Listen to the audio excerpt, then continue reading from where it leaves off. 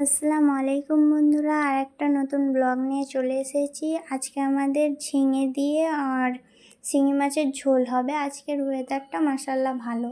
আর ঝিঙে আলু কাটা হয়ে গেছে, আমাদের পেঁয়াজ কুচিও হয়ে গেছে। আমাদের সবথেকে প্রথমে হবে করলা দিয়ে আলু দিয়ে তরকারি ছোট করে। তো ফার্স্টে আমরা দিয়ে দেব 3 চামচ তেল, সর্ষের তেল দেব।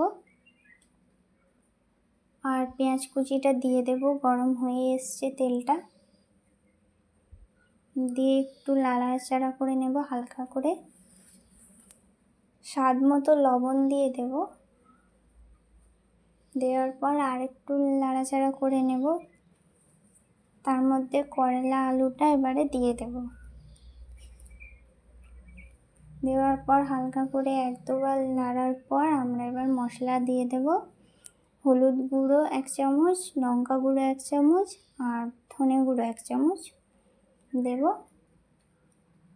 এদিকে আমাদের সব রেডি করলাটা, আর এদিকে আশপাশে তেল দিয়ে দেব।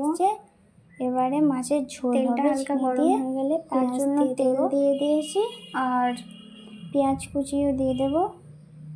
পেঁয়াজটা দেওয়ার পর হালকা করে নেড়ে নেব, ঝোল হবে যেহেতু মাছের।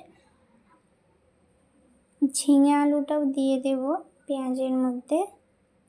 দেওয়ার পর লঙ্কা গুঁড়ো, হলুদ গুঁড়ো, জিরে গুঁড়ো, ধনে গুঁড়ো আর স্বাদ মতো লবণ দিয়ে কি সুন্দর কালার এসছে, দেখতেই পারছো। এখানে আরিশপা সাহেবা খেলা করছে, খুব সুন্দর হয়েছে। তার মাছ দিয়ে দেব আর 10 মিনিট ঢাকা দিয়ে রাখবো। এটার রেজাল্ট। ভিডিওটা ভালো লাগলে লাইক, শেয়ার, কমেন্ট করে দিও। টাটা।